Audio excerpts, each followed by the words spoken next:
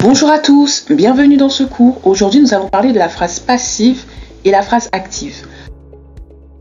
Dans un premier temps, je vous propose de voir qu'est-ce qu'une phrase active et passive, puis ensuite on verra comment est construite la forme passive. Tout d'abord, qu'est-ce qu'une phrase active et passive? Donc, à la forme active, c'est le sujet qui fait l'action dans la phrase. Par exemple, si je prends la phrase « Malika mange une mangue ». Donc, Malika, c'est le sujet, elle fait l'action de manger une mangue.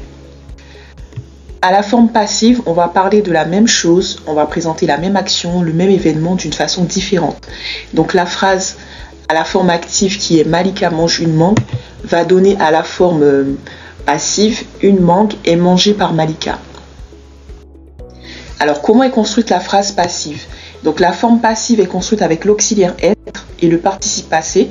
L'auxiliaire être va être conjugué au temps de la phrase active et le participe passé bien sûr s'accorde avec le sujet parce qu'il s'agit de l'auxiliaire être. Donc, voyons voir ensemble plusieurs exemples.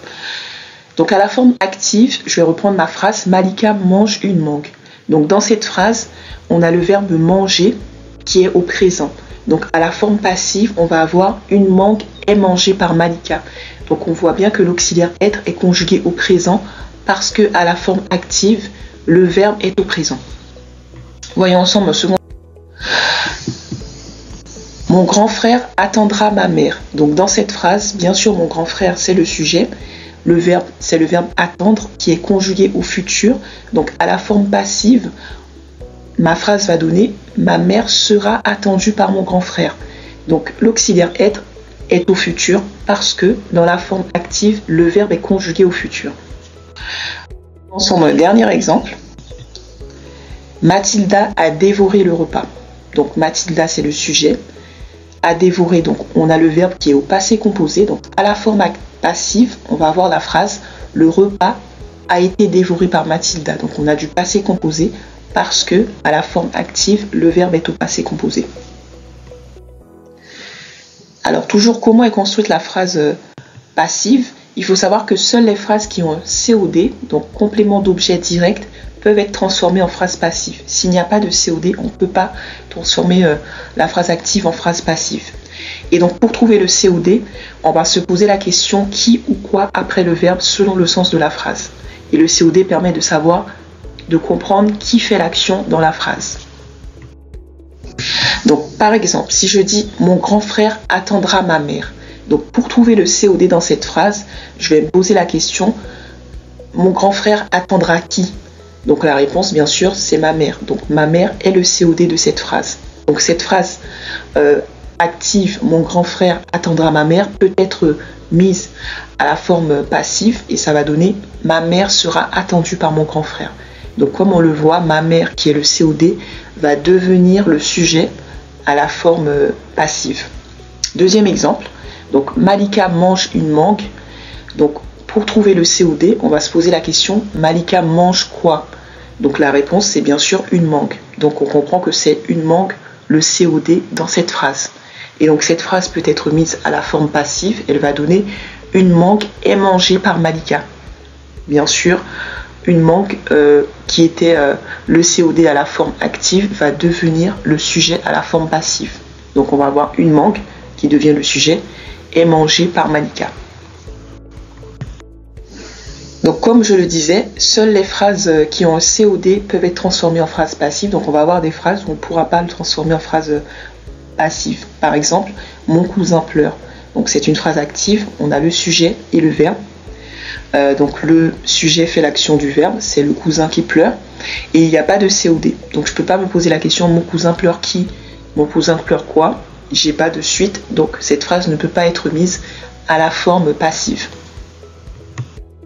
Alors, je te propose un exercice pour mettre en application ce qu'on vient de voir. Transforme ces phrases actives en phrases passives. Tu peux à présent mettre la vidéo sur pause, prendre 12 minutes ou plus si tu en as besoin, et transformer ces phrases actives en phrases passives. Bon courage à toi et à tout de suite. Nous revenons pour la correction. Alors, il fallait transformer des phrases actives en phrases passives. Donc la première phrase était mon frère roule un vélo. Donc cette phrase à la forme passive va donner un vélo est roulé par mon frère. Donc Dans la phrase active, roule, le verbe rouler est au présent. Donc dans la forme passive, on va avoir l'auxiliaire être qui est conjugué au présent. Donc ça va donner un vélo est roulé par mon frère. Et pareil également, dans la phrase active, on peut se poser la question, est-ce qu'il y a un COD? Bien sûr, il y a un COD, c'est pour ça qu'on peut passer cette phrase sous la forme active. Deuxième phrase, le facteur déposera la lettre mercredi. Donc ça, c'est la forme active. Cette phrase va donner sous la forme passive, la lettre sera déposée par le facteur mercredi. Donc bien sûr, dans la forme active, le verbe est au futur. Donc c'est pour ça que dans la forme passive, on va avoir l'auxiliaire être au futur, ce qui va donner la lettre sera déposée. Et pareil aussi, on peut se demander dans la forme active, est-ce qu'il y a un COD? Donc pour trouver le COD, je vais poser la question, le facteur déposera quoi? Il déposera la lettre. Donc du coup, la lettre, c'est le COD de la forme active. Donc la phrase peut être passée sous forme passive. Et comme on sait, le COD devient le sujet dans la forme passive. Donc c'est pour ça qu'on aura la lettre sera déposée par le facteur. Troisième phrase, papa conduisait sa voiture. Donc la forme active va donner sa voiture était conduite par papa. Donc toujours pareil, le temps est respecté. Quatrième phrase, la famille apportera des chaises. Donc aussi on peut se demander est-ce qu'il y a un COD dans cette phrase. Donc je vais me poser la question, la famille apportera quoi? Donc la réponse ça va être des chaises. Donc cette phrase peut être passée sous forme passive. Et du coup, des chaises va devenir le sujet de la phrase passive. Donc, ce qui va donner des chaises seront apportées par la famille. Et également, dans la phrase active, le verbe est conjugué au futur. La famille apportera. Donc, c'est pour ça qu'à la forme active, je vais avoir des chaises seront apportées. Seront pour le futur. Cinquième phrase, Lucie cuisine. Donc là, je peux me poser la question, est-ce que j'ai un COD dans cette phrase? Non, parce que du coup, si je me pose la question Lucie cuisine quoi, j'ai pas de réponse. Lucie cuisine qui? Non, ça c'est pas possible. Donc dans tous les cas, il n'y a pas de COD dans cette phrase, donc je ne peux pas passer cette phrase à la forme passive. Sixième exemple, nous avons chanté le nouveau chant. Donc on peut se poser la question, nous avons chanté quoi? Donc le nouveau chant c'est le COD. Donc cette phrase peut être passée sous la forme passive. Donc à la forme passive, on va avoir le COD qui devient le sujet. Donc on va avoir le nouveau chant a été chanté par nous. Ce qu'il faut retenir dans cette leçon, c'est que dans une phrase active, c'est le sujet qui va faire l'action. Il faut retenir que la phrase passive représente la même action qui est dite à la forme active, mais d'une façon différente. Et la phrase passive va se construire avec l'auxiliaire être et le participe passé. Et bien sûr, l'auxiliaire est conjugué au temps de la phrase active.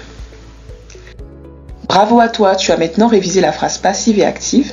Je te souhaite bon courage pour la suite de tes révisions et à bientôt dans une nouvelle vidéo.